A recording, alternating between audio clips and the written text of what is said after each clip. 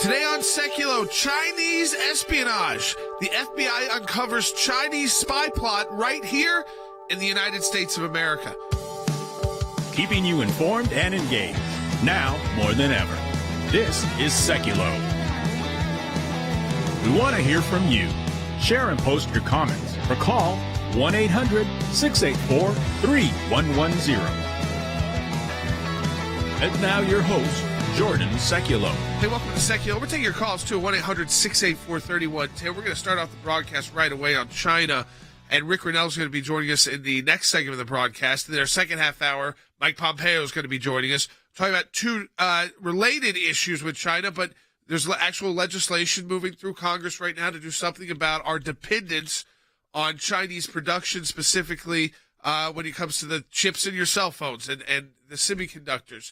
And it's legislation that has been bipartisan in support, but certainly has not gotten all Republican support. But Secretary Pompeo has endorsed moving forward with it and the compromise legislation. So we'll talk about that.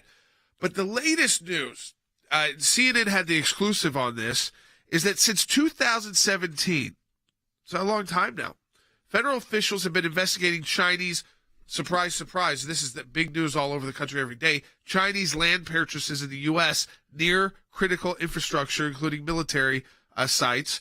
In these Chinese-made, in the Huawei equipment that was put atop cell phone towers, guess what? They had spy capabilities, and the FBI actually put forward, this happened mostly in the rural Midwest near U.S. military bases.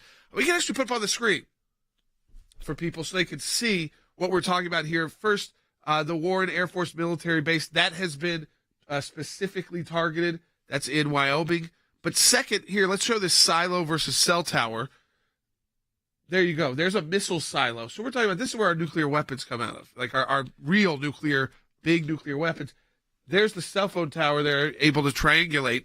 This, again, the FBI determined they were capable of capturing and disrupting, quote, highly restricted Defense Department communications, including those used by U.S. Strategic Command, which oversees our nuclear arsenal. At the same time, U.S. counterintelligence officials began digging in on all of this, as we are as well.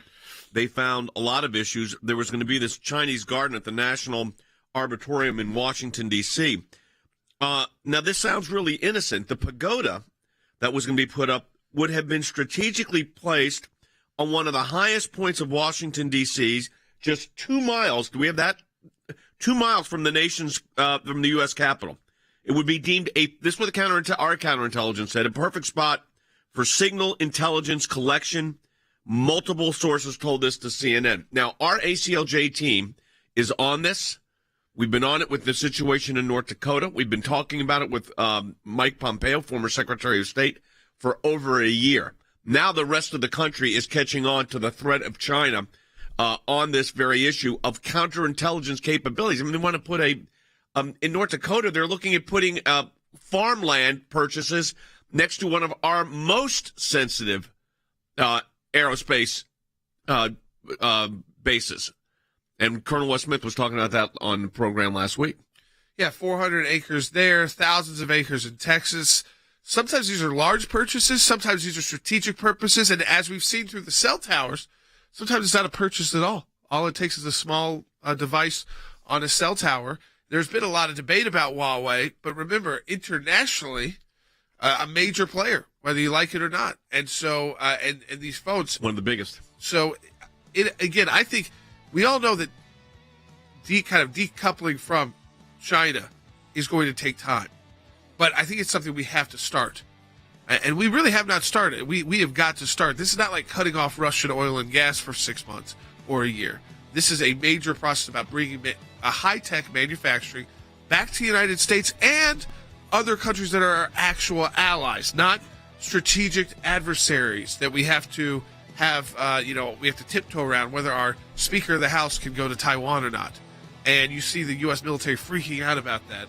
Are they being too cautious? We're talking about all of this today on the broadcast. Rick Rennell joining us next. And Mike Pompeo, second half hour. So we've got full coverage of it. We want to take your calls too, 1-800-684-3110. Have you seen this in your community in the Midwest? 1-800-684-3110. Be right back. The FBI believes that Huawei telecom equipment can actually capture and disrupt U.S. military communications. The FBI, in the course of this investigation, was able to determine that this equipment had the capability to recognize, capture, and potentially even disrupt restricted Defense Department communications, potentially offering China a really pivotal and dangerous window into command and control for America's nuclear arsenal. As a matter of Chinese law, the Chinese government can rightfully demand access to data flowing through Huawei and ZTE systems. Why would anyone grant such power to a regime that has already grossly violated cyberspace? As part of their CivMil program, they are handing key civilian technologies, artificial intelligence, advanced materials over to their military to fund their military buildup. We're concerned about allowing any company that is beholden to a nation state that doesn't adhere to and share our values, giving that company the ability to burrow into our telecommunications infrastructure. There is a national security interest here, and that is what has got to be emphasized. We don't do enough of it. And look at Director Wray just said in England last week. Yes. I mean, he's got a new Chinese espionage case every 12 hours. These companies have ties to the CCP, and it's not always apparent on the face of whatever a company is doing. We want to make sure that we're cutting ties so that we're not funding our number one adversary. That Huawei equipment on top of these towers in the Midwest remains in place in large part because the amount of money that Congress has appropriated to reimburse these companies to rip and replace the equipment, as they've been mandated to do by the FCC, is $3 billion short. China's penetration of American civil society is the most comprehensive that we have ever faced in our history. All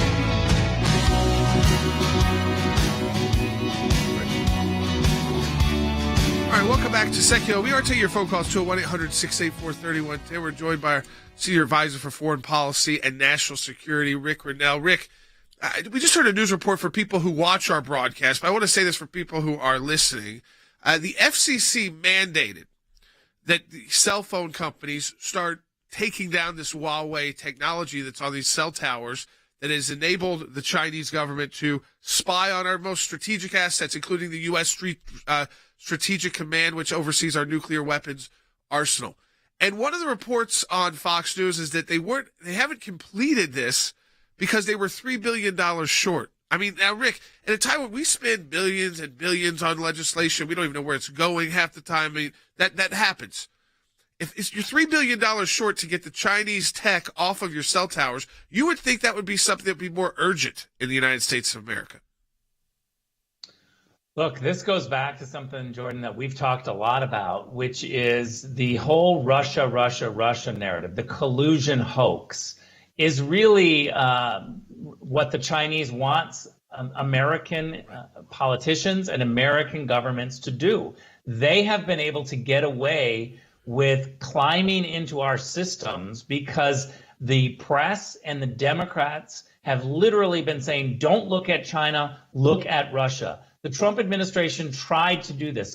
When I was ambassador, when I was DNI, we were screaming about what the Chinese were doing. The CNN exclusive, that's not an exclusive. We knew that during the Trump administration. They just didn't pay attention until now. You know, Rick, one of the aspects of it, I mentioned this earlier in the first segment of the broadcast, but you've got the FBI started a counterintelligence investigation. And I'm not complaining. I think that was a good thing to do because it was the situation where the equipment was being put in. In this particular situation, the Chinese government was offering to spend $100 million to build a Chinese garden at the National Arboretum in Washington. Those of us that know Washington know where that is, beautiful area. But they were going to put temples, pavilions, and a 70-foot white pagoda. The project was, very enthusiastically endorsed by the government in Washington, D.C., more tourism. U.S. counterintelligence officials began digging into the details. They found a couple of red flags. Let me point them out. The pagoda, they noted, would have been strategically placed on one of the highest points in Washington, D.C., 2 miles from the U.S. Capitol, with the FBI determined would be a perfect spot for signal intelligence collection. Then, also alarming was, and you'll appreciate this because both being a diplomat and a head of DNI, Also alarming was the Chinese officials wanted to build a pagoda with materials to the U.S. that were going to be sent and shipped via U.S. to the United States in diplomatic pouches, which U.S. custom officials then cannot, of course, look at because of our international agreements and our treaty agreements with these parties. That's how they wanted to build it. This shows you the depth of what China will do to try to gather intelligence on the United States. And let me be clear, this is the tip of the iceberg. If you were on the other side of seeing the intelligence, we have seen this for years. We've explained this to governments in Europe. I personally have explained this to the Germans. We have examples of what the Chinese were trying to do throughout Europe that we shared. Top secret security clearance information for only individuals with a top secret security clearance could get this information.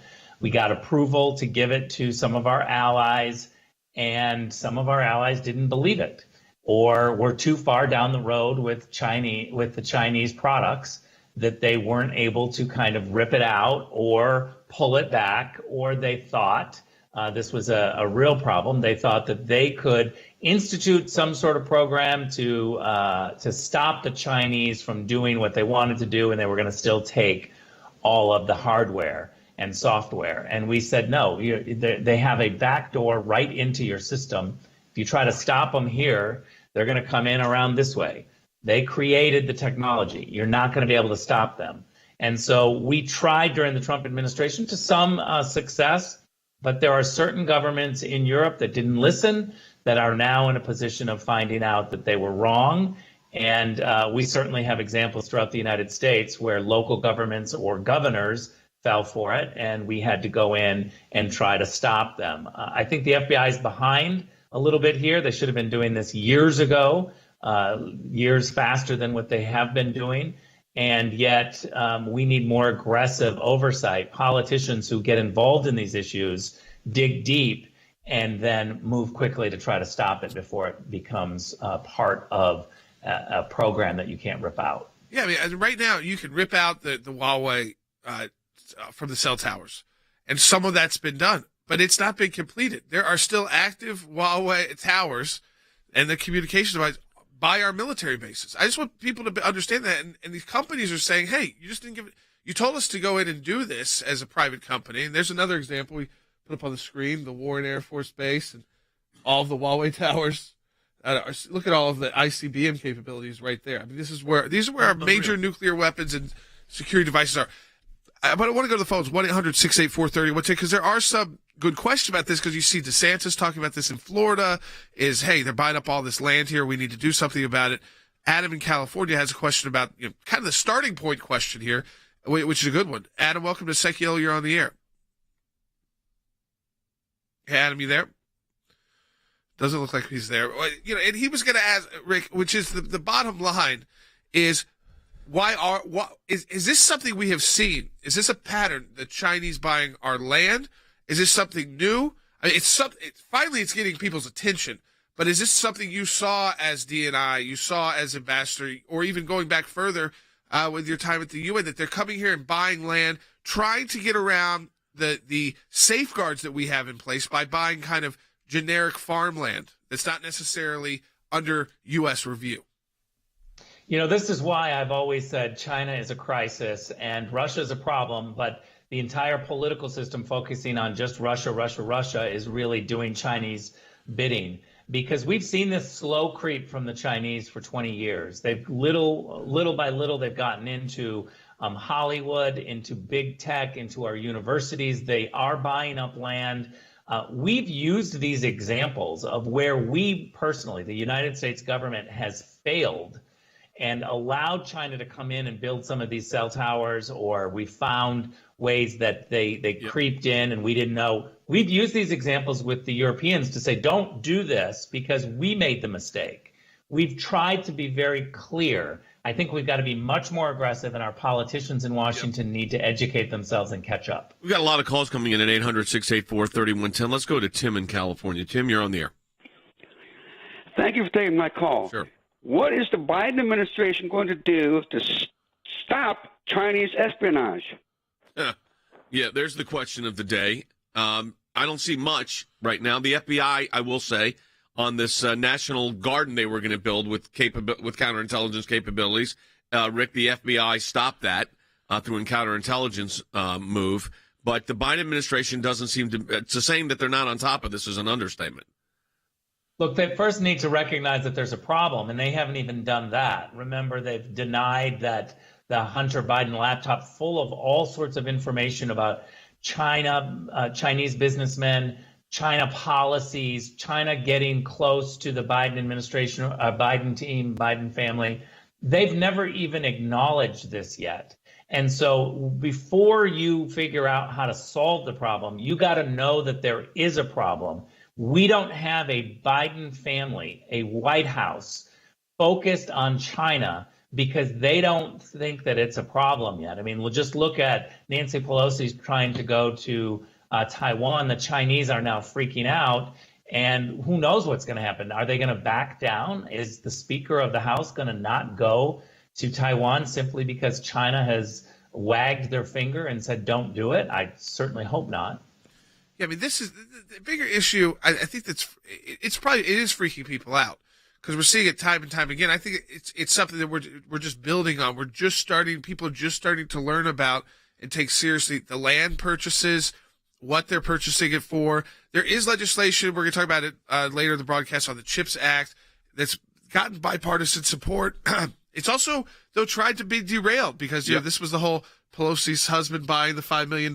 So there's a lot of people at play here, and I think that's what gets people off China, and it's easier to focus on Russia as the bad guy. Of course. Because with China, you got legitimate businesses. They're not necessarily breaking the law because they're doing business back and forth. And then you've got, you do have safeguards in place, but you have to use them. But here's the thing. China has intervened in our universities. They've infiltrated the university system. They have infiltrated congressional offices. I think of Eric Swalwell's office, where they've infiltrated congressional offices. They are trying to infiltrate Washington, D.C. in counterintelligence capabilities. Rick, we only got 40 seconds.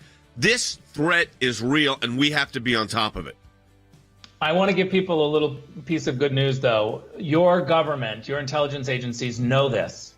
The problem is with the politicians at the local, state, and federal level. They've got to educate themselves, and you've got to demand that they focus on China. And that's exactly what we're doing. It is not just a federal issue. A lot of times what China's doing is going to local governments, just like they try to do in D.C., which is a bigger scale example, and try to say, yeah, we want to do this for you. In North Dakota, we'll build you a pipeline, but you got to give us this land by the Air Force Base. Be right back on Secular, 1-800-684-3110 to talk to us.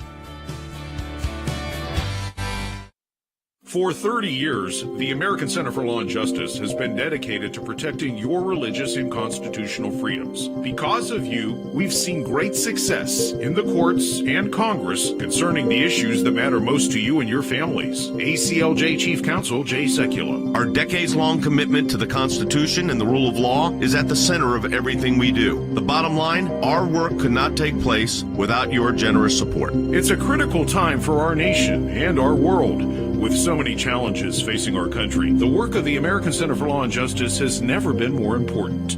There's no better way to support the ACLJ than through online giving. We truly appreciate your financial support. Without it, it would be impossible to do our work here and around the globe. And the best way to support our work is to make your financial gifts online at aclj.org. Donating online is safe and secure, and an online gift at aclj.org can be put to work immediately, enabling the ACLJ to continue the battle against abortion giant Planned Parenthood. These are our young people in their 20s and 30s that are doing this, are fighting for life at a whole new level to beat back the abortion juggernaut. We've got a whole group of young lawyers that are defending them. To protect Christians facing persecution. The release of Andrew Brunson. He is the American evangelical from North Carolina, held in Turkey for more than 2 years. We're grateful to ACLJ who put it out to these people, they were getting all this out. I'm thankful, I'm grateful, and actually I'm astounded. To stand up for our good friend Israel. To work to uncover the corrupt deep state in Washington, and so much more. Take part in our matching challenge today. You can make a difference in the work we do. Give a gift today online at aclj.org.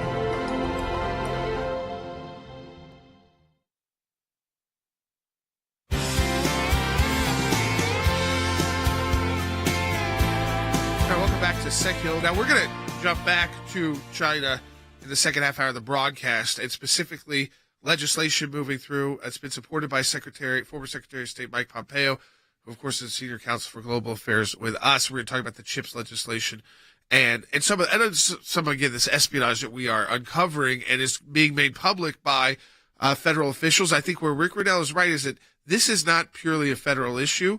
You can't just rely on the federal government here. Your local governments are oftentimes seeing the money that the Chinese are coming to the table with for your community, and they are forgetting who they're dealing with. They're forgetting to look and see who actually owns this Chinese subsidiary company in the U.S. Oh, it's a company using slave labor. Oh, it's a company using, forced labor. And they're using forced labor by Muslims in Western China. So we're going to be talking about that. We're not off that. If you're calling in about it, continue your phone calls at 1-800-684-3110. But we wanted to update you. Letter we just sent because you're the Biden administration. One of their tactics in their fight against life and against the decision in the Dobbs case is to target. We had on representatives from pro-life pregnancy centers early on. They are being targeted directly by the federal government. We've seen it targeted by cities. We've seen it targeted by states. Now it is the U.S. government. Federal government, of course, that's in addition to being targeted by these groups like Jane's Revenge. So there was this executive order on protecting access to reproductive health services, which really, again, was targeting pregnancy resource centers, crisis pregnancy centers.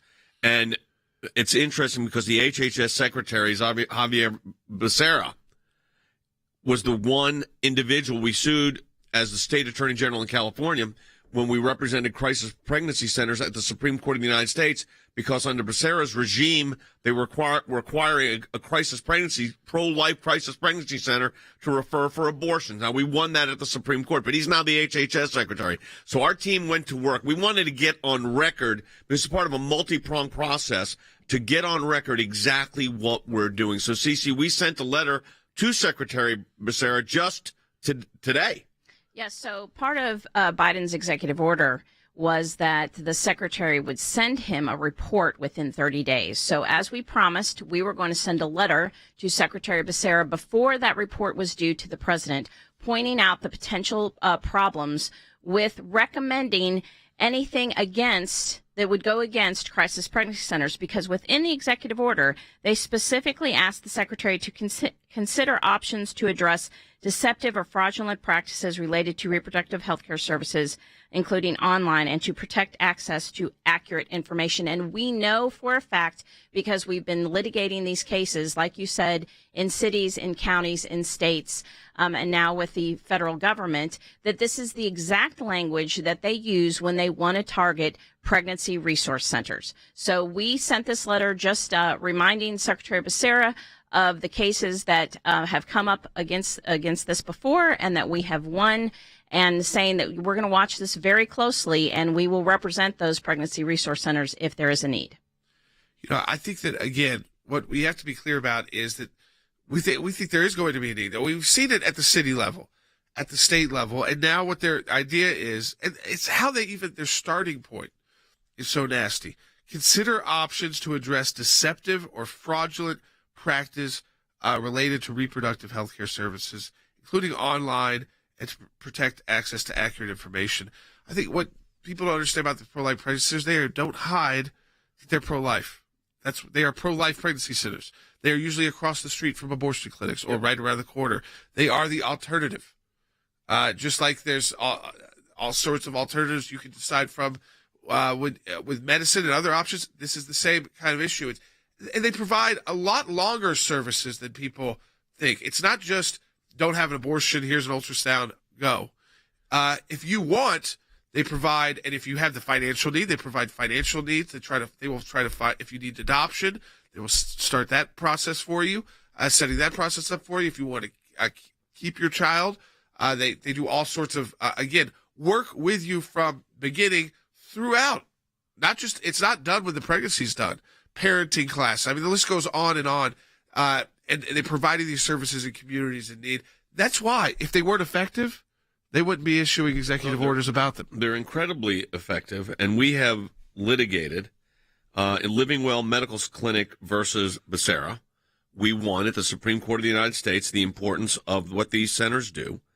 And what services they provide. Now, the Biden administration, and then you got senators like Elizabeth Warren saying they're not hiding this. Senator Warren saying we must put these crisis pregnancy centers out of existence, close them. She's not hiding this, Cece. She's being very direct. She literally is on record saying we must shut them down, and not just in Massachusetts, but all over the United States. And you see, the attorney generals, the attorney general from New York and other liberal states saying to Google, you have to stop when someone searches for an abortion. You have to stop these, and they say fake clinics. That's what they call these crisis pregnancy centers, because they try to just defame them and smear them.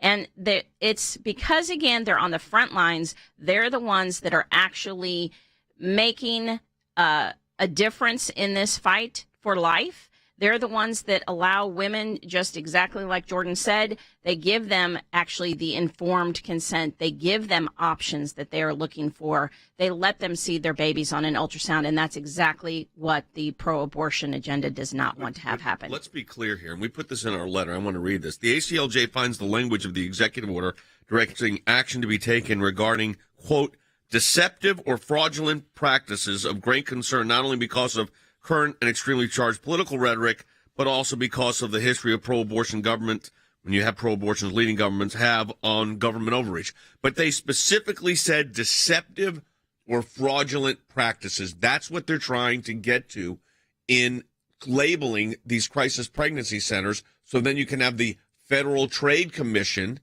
the HHS as well, on top of this, and even DOJ. Right. And we see that, again, New York is trying the same kind of language, trying to shut crisis pregnancy centers down, framing them as deceptive, fake clinics, not giving accurate information, which is exactly the opposite of what happens. They give accurate information. They give options. They give hope. They give choices, unlike Planned Parenthood, which the only choice you can make is abortion. So they're not fake clinics. They give accurate information, but they get attacked every single time because they're on the front lines and they're doing a good job protecting life. You know what, folks, I think too, what you have to understand and underscore is they are trying to limit the argument. This goes back to the big argument, which is, Kamala Harris was saying this yesterday's speech. Women, this is a crisis because women are getting pregnant today. And they don't want us as the pro-life community, because they will often go on media that's friendly to them, the abortion industry, which is most media, and say, the problem is you're going to have all these kids and no one's going to be helping. Except for there's an extensive network of organizations that have been set up for decades to do this work. It's ready to go.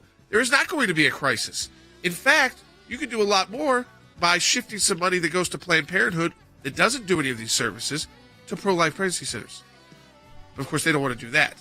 But understand, this is the number one argument response back to the pro-abortion community. When they say there's no one there to take care of the kids, and we've been on the front lines battling for these organizations, it is disgusting that we have to battle for their existence.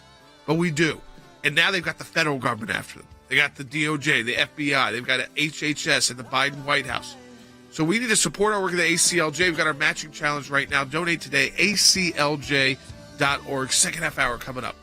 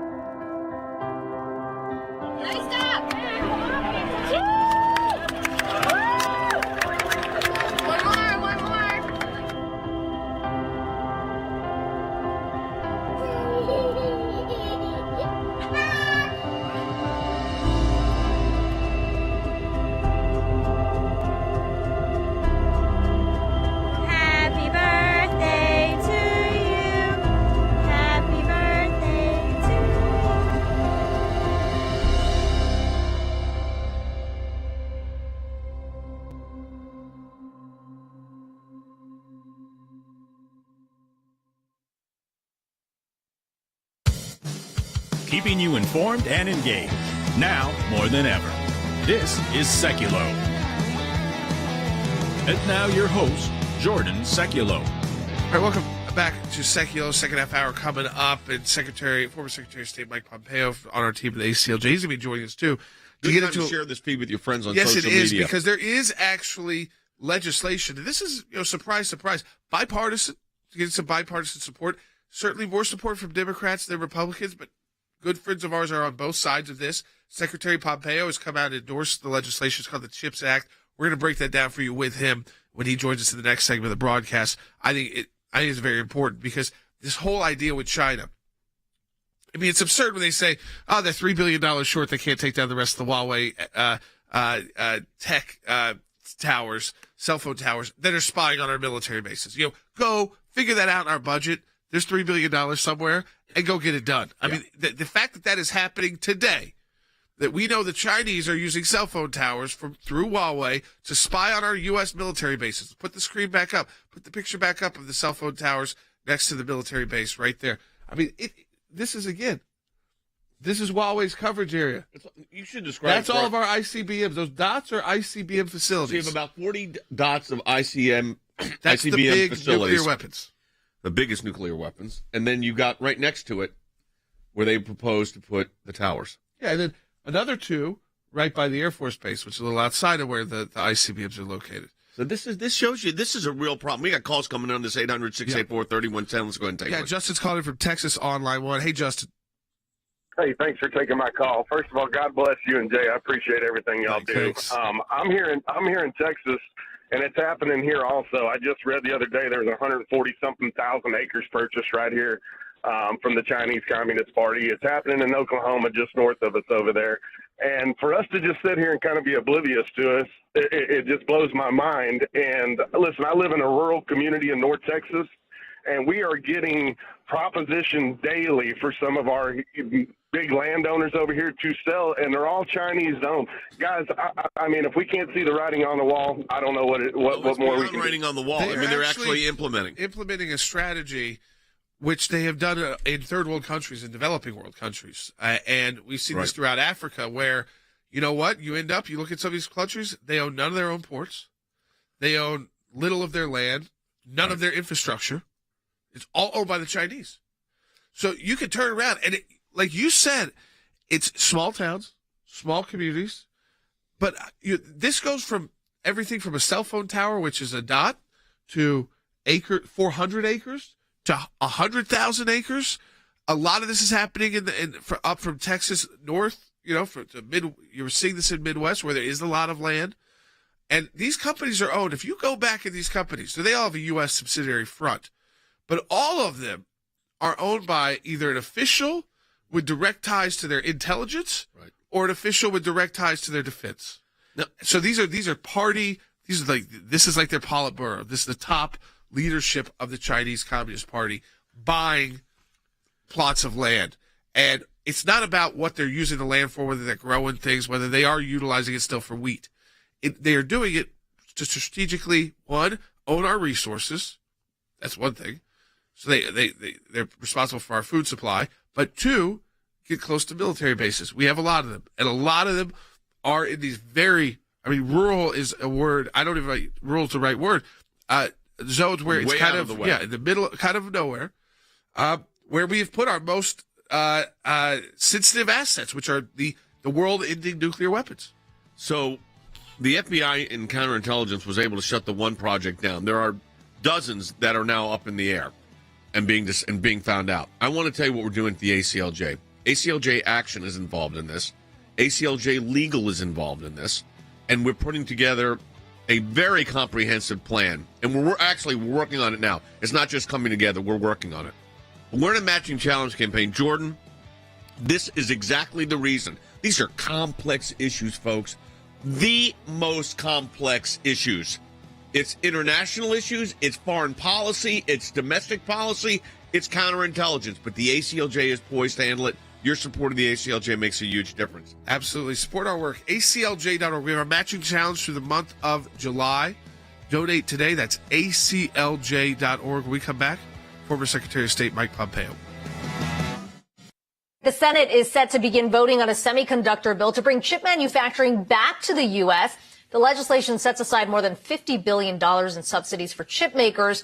And it comes as at least one company, Intel, is threatening to delay construction of a new manufacturing facility in Ohio. Recognizing after COVID-19 the vulnerability of many of our supply chains, and as we began to look at it, 90% of all of the semiconductors that run technology from your cell phone to the F-35 Joint Strike Fighter come from overseas, which is an unacceptable risk. CHIPS Act is intended to bolster American competitiveness and our own domestic supply chain security. That's why we continue to support strong guardrails, as you're alluding to there, Jenny, which also have bipartisan support in Congress to make sure CHIPS incentives generate more semiconductor investment here in the U.S. When you consider the consequences of natural disasters, pandemics, or maybe even a military conflict between China and Taiwan, the risk is just unacceptable. So that's the reason why this is so important. Senator Mark Warner, a Democrat from Virginia, chairman of the U.S. Senate Intelligence Committee, says he wants to see this on President Biden's desk by August 8th. Is it going to get done before the midterms, after the midterms, ever? And, I think there is, obviously the House and the Senate are now in conference process.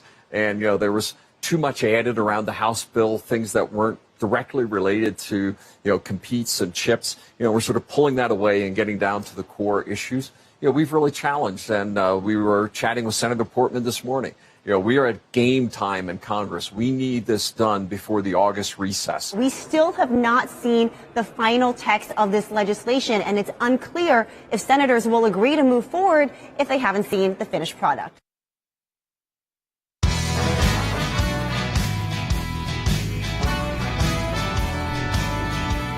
All right, welcome back to Secular. We're joined now by former Secretary of State, our senior counsel for global affairs, Mike Pompeo. And Secretary Pompeo, I want to go right to this. Last week, we discussed the threat of these Chinese companies. It's starting to make more and more news buying up land in the U.S. near U.S. military bases. CNN now has new reporting out about the proximity of Huawei equipment on cell phone towers in the Midwest, specifically to some of our most heightened assets like our ICBM locations, intercontinental ballistic missile locations in the Midwest. Some of this equipment, Secretary Pompeo, is still up and running. Now, I kind of like you to explain for people when the U.S. government says that this equipment can capture and disrupt highly restrictive DoD communications, including those used by U.S. Strategic Command, which oversees nuclear. What exactly does that mean? Jordan, what the Chinese Communist Party has been working on is to put their conducting semiconductors, their equipment, their receivers, their transistors, all the tools that they need to both listen to communications from American military installations here, right inside the United States, in places like Kansas, North Dakota, Colorado, to be able to listen to those communications, and then when the moment is right, to not only have captured that data, but be able to either block those transmissions but to use the information which they've learned to their military advantage. We're dumb to have allowed this to happen. It was hopelessly naive to say, well, this was cheap technology. Let's put it on our cell phone towers. It was cheap, right? It was inexpensive. For whoever bought it, they got it for nearly free. But remember, if it's free as the customer, they're figuring out how to generate something for it. And what they're generating is their own national security, and they're putting ours at risk. And we ought to make sure that there's no Chinese equipment on any cell tower in the United States, most importantly, in places where we have military assets, military installations to protect our soldiers, our sailors, our airmen, and our most important national security secrets as well. You tweeted, Mike, they're inside the gate. Huawei equals Chinese spies. Ban Huawei and take this threat seriously. Now, your policies as Secretary of State were aggressive in combating Chinese espionage, including shutting down that Houston consulate. Have the Chinese made gains now under this administration? Because they don't seem to be taking the threat seriously. Jay, the language the administration has used has been good. Their efforts have been subpar. They haven't been sufficient. The only thing the Chinese understand is real action, real power, right? You can talk about closing the consulate, but until you do it, there's no impact And I couldn't tell you precisely how much gain they have made, but I am confident the Chinese Communist Party doesn't believe the Biden administration has the same aggressiveness, the same focus, the same edge that we had for our 4 years. This matters to every American all across. I use this term inside the gates very intentionally because it is all around us right here. We think about China and we think about long places away, but the truth of the matter is it's in our neighborhoods, it's in our schools, it's on our military installations, it's in our universities and research institutions. It is around us, and the Biden administration has to take the real steps to push this back. It is hard. We began this in the Trump administration during my time. There's an awful lot of work that remains to be done. We didn't get it finished either. We need to continue down this path. This shouldn't be partisan. This should be about America. You know, it's interesting because I remember early on when you first joined us, we started talking about the Chinese had infiltrated the university systems and private and public universities. They got their people internships at the United States Congress with members of Congress. And so their aggressiveness in this is very serious. And very organized and very deep and huge. It's hard to grasp, right? When you have a country that has 4.5 times the population of the United States, this is a big operation, and they are deep and thoughtful and strategic, whether that's at the university system level or research institutions, or even just coming to school board meetings inside the United States just to be there and make friends. It's an effort. It's a propaganda effort. They call it the Chinese United Front Department, UFD. This organization has real intentions to change the way Americans live, and we can fix it. It is not destiny, but it takes political leadership and will and focus and leaders of courage at every level, from the president to county commissioners and school board members. We know local governments are important, Secretary Pompeo, but there is legislation right now. I think this is important to point out. I saw your tweet over the week, and I wanted to kind of reinforce this because it's unusual right now in Washington to have bipartisan legislation. I think it's getting Republican support. There's some Republicans concerned about the amount of money being spent, but it's the CHIPS Act. And you tweeted, I urge members of Congress to pass the CHIPS Act. The cost of compromise on this bill pales in comparison to the cost we will suffer if we allow the Chinese Communist Party to one day own and control access to our most critical technologies. This legislation has to do with everything from the chips in our phones to the chips in F-35s, but it's about bringing that manufacturing back to the United States. Why on this issue should the American people be willing to compromise with the Democrats? Because I get it, but I think that people need to understand. No, Jordan, it's the right question. Look, there's been a lot of stuff hung on to this piece of legislation. It's called the CHIPS Act, and I think everyone could see that this was really important, was likely to pass, and so they threw some stuff on there that you and I would stare at and say that is not helpful and productive. We ought to go try and push as much of that off, and then tomorrow, after we pass the CHIPS Act, we ought to try and get rid of it. But for the moment, we have this window of opportunity. We no longer make the most sophisticated semiconductors that matter. They matter for our soldiers, sailors, airmen, and Marines. Now, I was a soldier once. I drove an M1 tank. Today, many of those vehicles have Chinese technology in them. You can be sure that when push comes to shove, that technology won't work for us. When it matters the most, we should pass this. We should onshore this technology. We've talked about supply chains an awful lot. The CHIPS Act will provide the incentives so that there'll be big semiconductor wafer manufacturing technology back in the United States in places like Ohio and Texas and Arizona. There are already companies prepared to come build and to train Americans to build back. This is the center of American manufacturing and technology. The CHIPS Act is the right step at the right time, and I hope we'll get every Democrat and every Republican to say we should step forward and do this, and we should do it right now. It's on the Senate floor today. It'll probably be on the House floor. The floor of the House later this week. I hope everyone will say this is the right thing for American national security, and we'll get after it. Yeah, it is not just about our cell phones. It is not just about our cars. I mean, Secretary Pompeo said F-35s, tanks, and then you're reliant on them to keep those systems operating. I mean, the Chinese, who can then just press the off button whenever they want. Well, this is the great risk that we take as a country with continued dependence upon China. And I was thinking back, Mike, during your administration and your time as Secretary of State and your time as CIA director, these kind of bold moves were met with aggressive opposition. In fact, they oftentimes didn't make these bold moves because they knew the response was going to be so overwhelming. So I go back to the issue of, what should the administration now be doing? It was good that the FBI caught the situation on the national arbitorium where they were going to, the Chinese government was spend $100 million for this so-called beautiful garden, but the pagoda happened to be at the same height that was necessary to gather intelligence information in the 2 miles from the Capitol. And so that's what concerns me here is they're being very aggressive and very creative. I am laughing here only because, it's no coincidence that they're at the same level. This is intentional. And it's going to take, I regret that Justice Department got rid of a program that we had begun to go after Chinese spies, Chinese folks conducting espionage, Chinese conducting efforts against the United States of America, put our kids' lives at risk in the generations that follow. It's going to take aggressive, sharp action, smart leadership to get it right. We need to get semiconductors back. We've all seen that, Speaker Pelosi said she was going to go to Taiwan, and the Chinese say, well, we don't want her to come, and all of a sudden Biden will.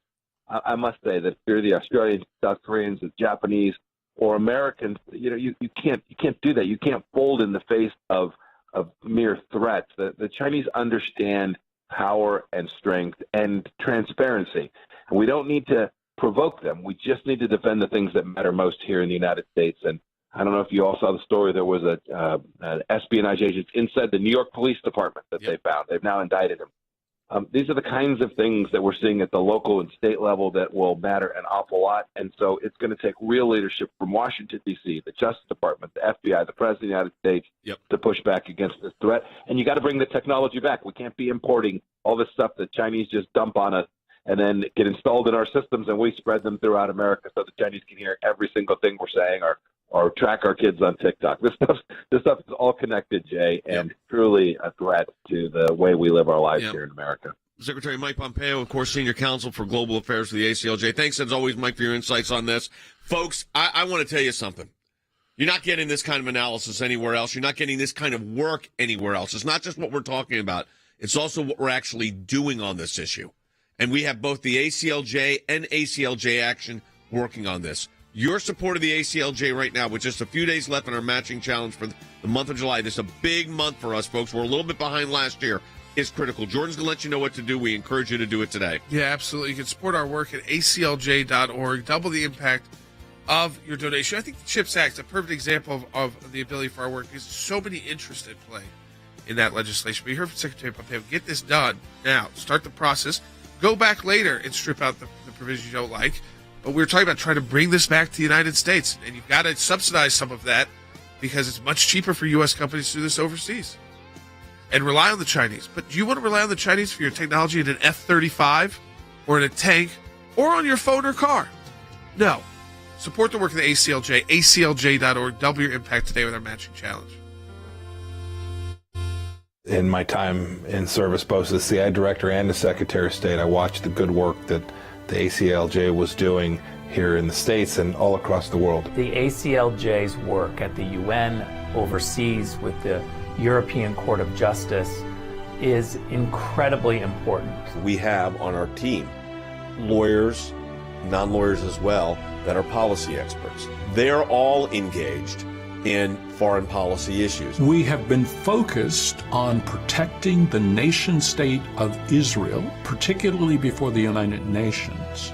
We don't shy away from the battles that are going on at the UN and just complain about them. We actually try to go in and do something positive and actually affect change. The risk of an incomplete or unsolid relationship between the United States of America and Israel is real. Israel is very important to the ACLJ, and we will always fight for Israel's rights. We had a series of cases at the European Court of Human Rights, primarily dealing with religious liberty. And as Secretary of State, I saw this too. Nations that had more religious freedom were on firmer footing. They had better democracies. America has always been the world leader in religious liberties, in freedom of conscience and freedom of speech. We've taken the First Amendment, and that has been our cornerstone. It's to defend the rights of people of faith and others that are having their rights abused. We not only hold our government accountable, but we hold other governments accountable. You have to keep the battle going when it's not cool anymore, when it's not the number one story on TV. You have to actually be committed to finding it out, or else you'll never win. The ACLJ's front and center on this. We're in a matching challenge campaign. Any amount you donate, we get a matching gift for. Your support of the ACLJ enables us to do all of this. Go to aclj.org today. That's aclj.org.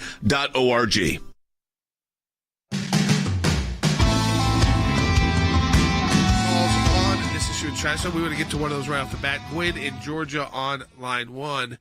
I think a lot of people throw their heads up there and say, don't we have things in place? And there's a committee on foreign investments in the United States that could have stopped a lot of this Chinese property buying, but has not. But Gwen, welcome to Psych-Yellow. You're on the air. Well, thank you for taking my call. Thank you. I just wanted to ask, cannot the government take the land back from the Chinese by eminent domain?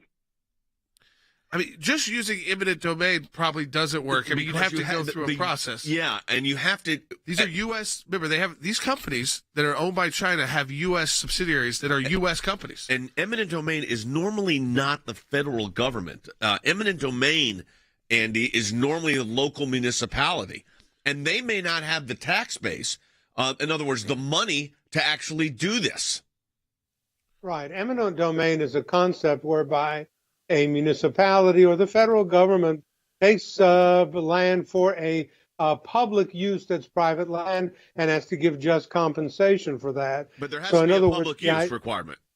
It's got to be for a public use. It cannot be taken for a private use. It's got to be for a public use. And as you pointed out, mainly these are what municipalities, counties, and states do. Yeah, and finding these are farmland, so finding a public use, not so easy. All right, let's go to another matter. Because the American Center for Law and Justice is also at work at the university level, because there is a real serious problem at the city universities of New York, which is a big system in New York. And the anti-Semitism there, we got two lawyers from the ACLJ working on it. We've just sent a letter to the a complaint to the Assistant Secretary for Civil Rights for the U.S. Department of Education. Andy, give a nutshell of what's at stake here and some of the outrageous anti-Semitic activities coming out of these City University of New York campuses, of which there are many.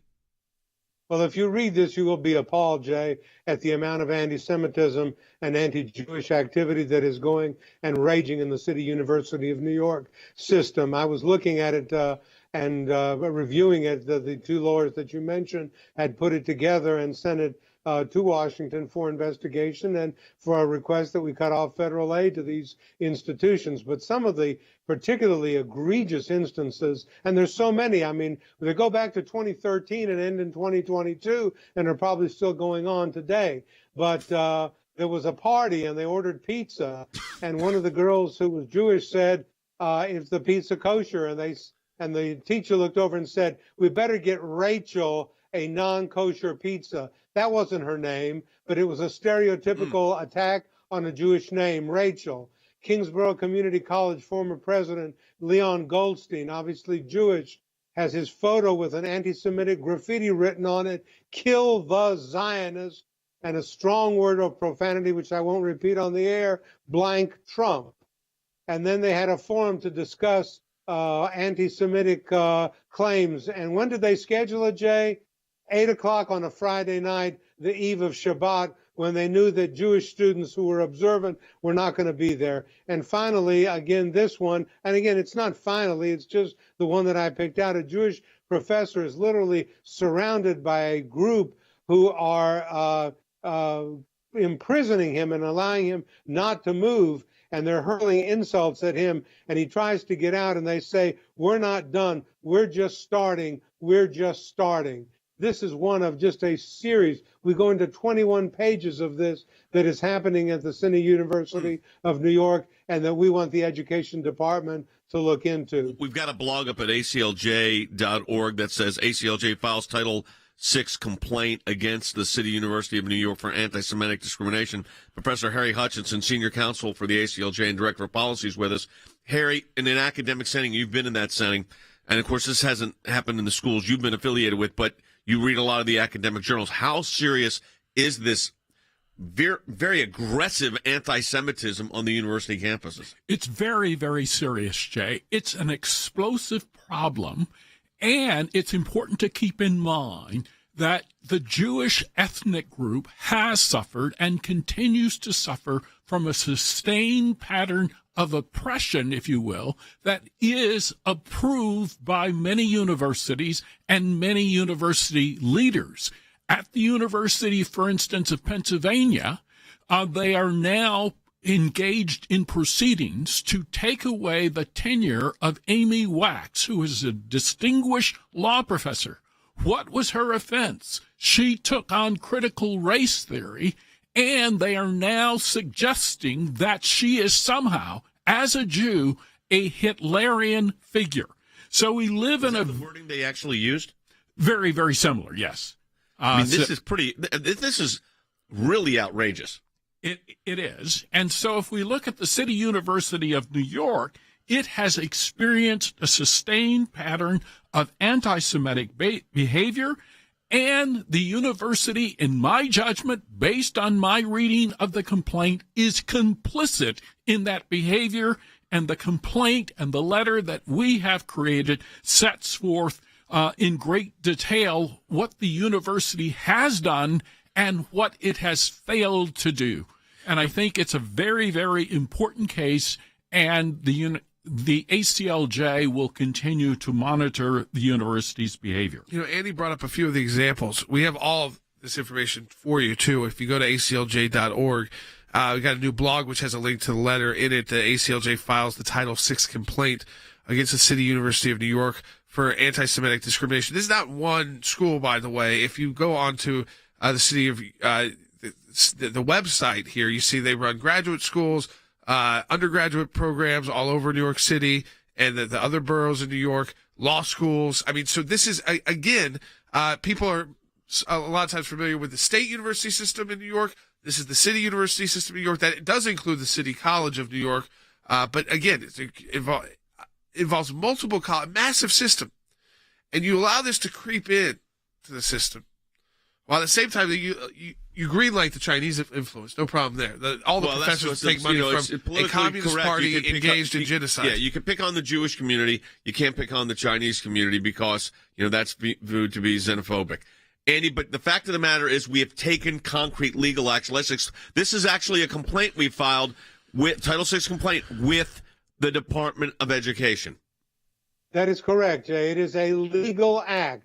It is a legal act and a legal action that we are seeking, and we filed it with the Civil Rights Division of the Department of Education, outlining this repeated pattern of tactics, only four of which I mentioned, and they're pretty egregious in my estimation, designed to just attack Jewish students, to attack Zionism, to attack the idea of a Jewish state, to promote BDS, and to do all the things that we abhor and that are so terrible in the history of the United States and of the world. Harry, just in 15 seconds here, if we leave this unchecked, it gets worse. Absolutely, and it has been getting worse over the last 10 to 15 years. I'm telling you, folks, look what we've talked about today. We've talked about what's going on in China, ACLJ action, working on that situation as they are interfering with our national security. Then we talked about what the federal government's trying to do to crisis pro-life centers, crisis pregnancy centers, and we are on the forefront of that. We've already notified the HHS secretary. We're already looking at litigation, already in place.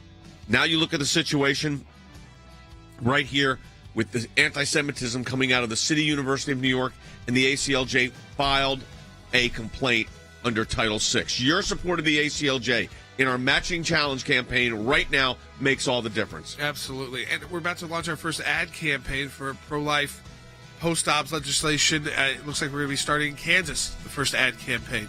We partnered with Secretary Pompeo on that. ACLJ.org. Donate today.